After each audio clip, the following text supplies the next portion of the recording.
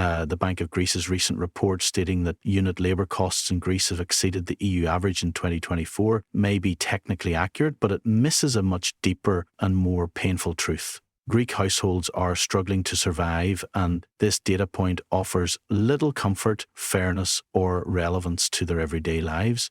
Unit labour costs are a narrow economic metric. They measure how much employers pay in wages to produce 1 unit of output. But this figure can rise not only because workers are paid more, which they aren't in Greece, but also because productivity has stagnated or fallen.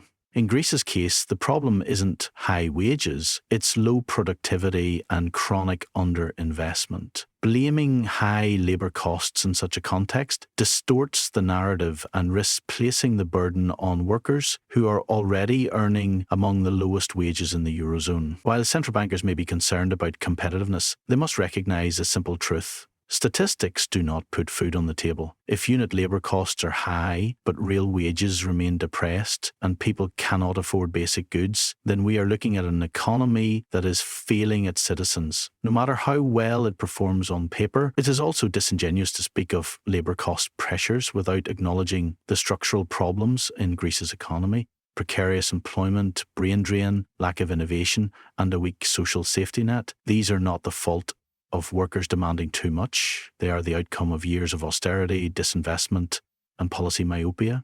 So, is what the central banker says fair? From a macroeconomic standpoint, perhaps.